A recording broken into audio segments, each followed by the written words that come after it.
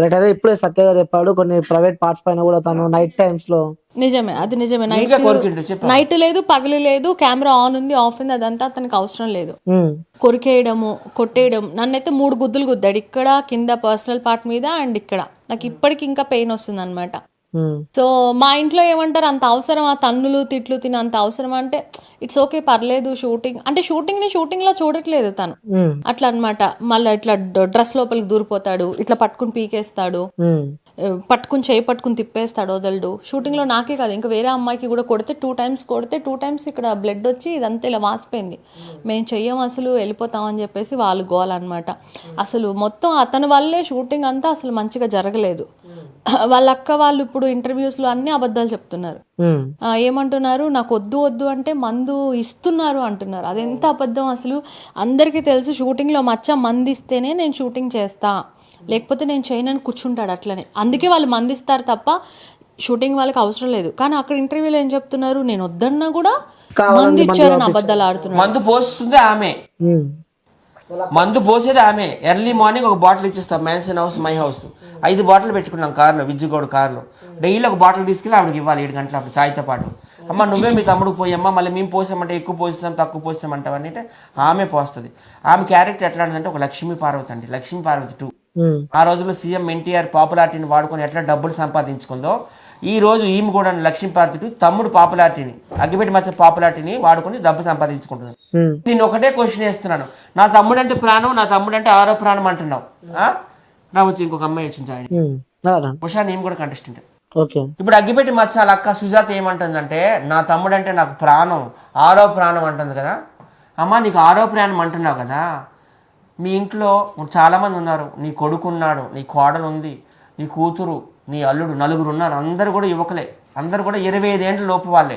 మరి 4 కష్టపడి ఆయన మత్స్యంతో నేను మనిషిని పెంచుకోవచ్చు కదా.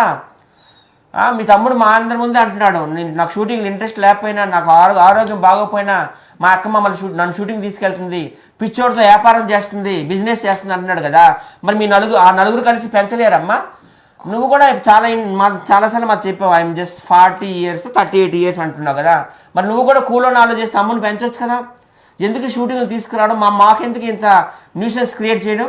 నిజమైన ప్రేమ అంటే మీ తమ్ముని మీరు పెంచుకోండి. 4 మీ ఇంట్లో ఉన్నారు, నువ్వు ఉన్నావు, మీ 5 కష్టపడి అతను పెంచుకోండి.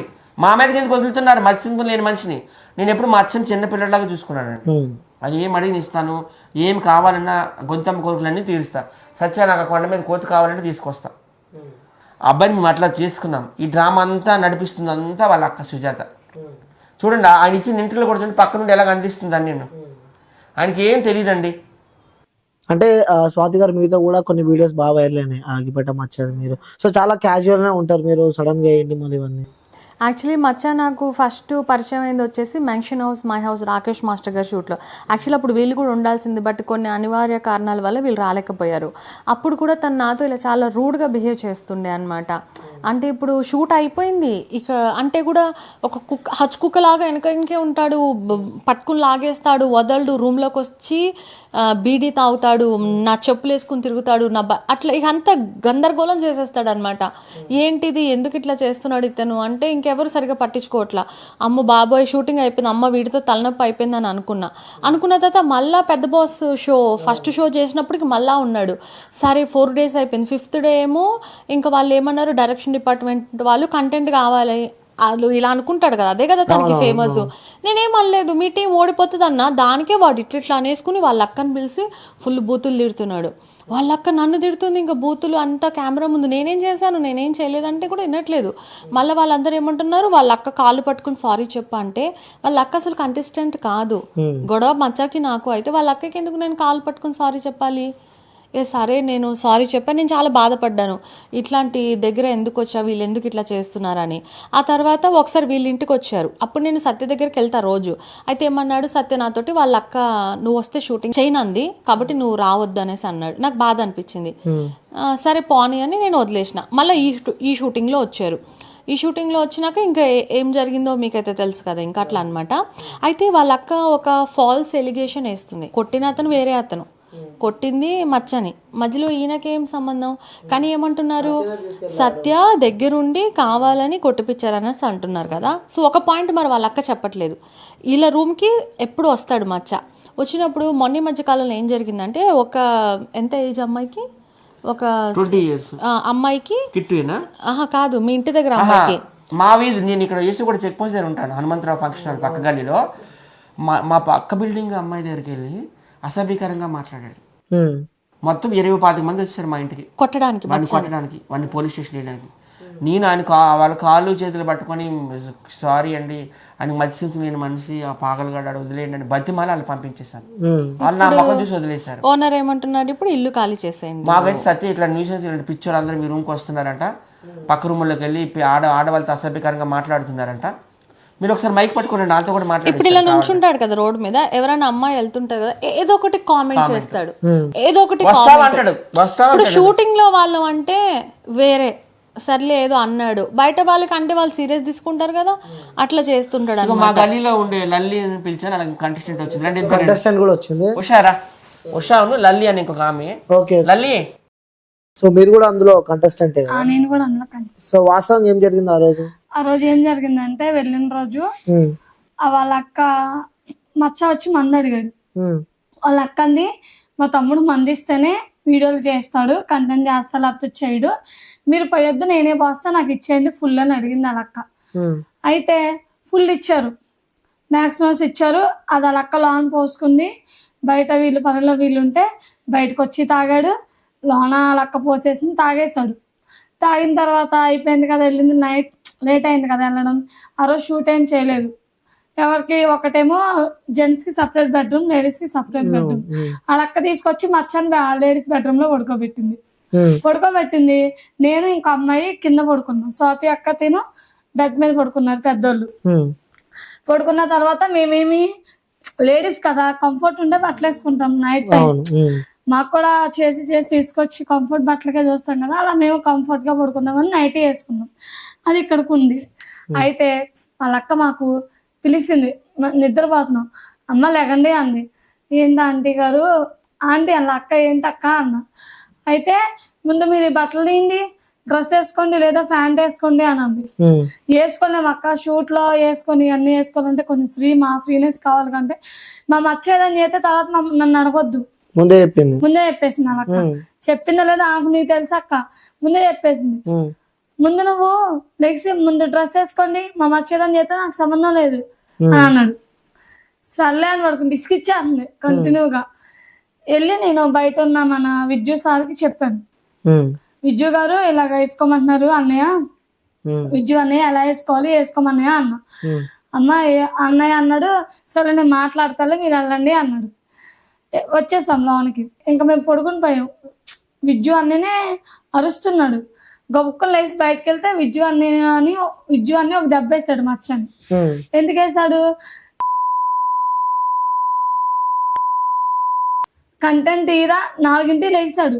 4ంటికి లేచినందుకు ఇక నిద్ర పట్టలేదంటే, సర్లే మచ్చ వీడియోలు చేద్దాం కంటెంట్ తీ అని అడిగాడు విద్యు సారు, చందు సారు.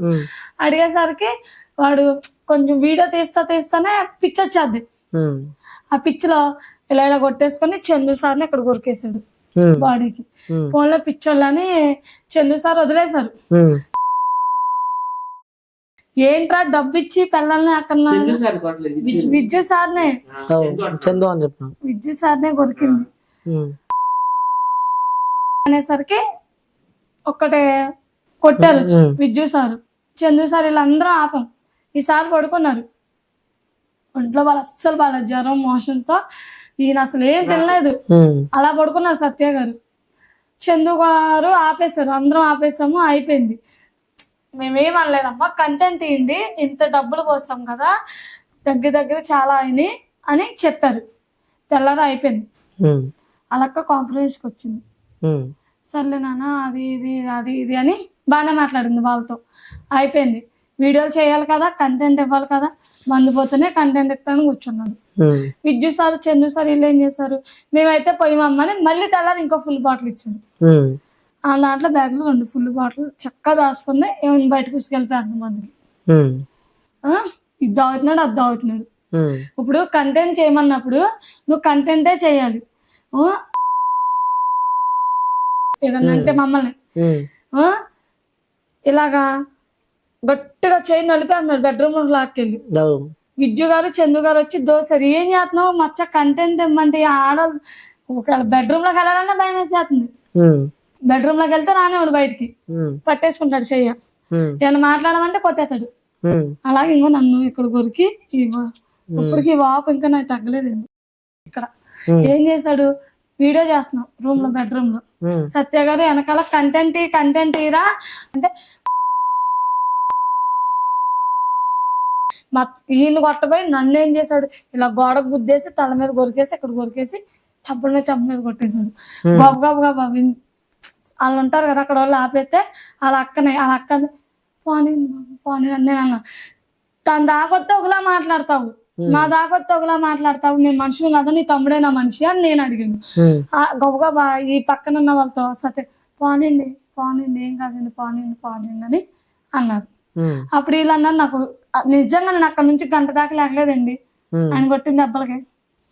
ఏడుపు నోరంతా ఉమ్ము గారిపోయి నేను అస్సలు ఆ దెబ్బ కోలుకోలేకపోయా. ఎందుకంటే ఈ తలెల్లి అక్కడ గట్టి తగిలేసింది.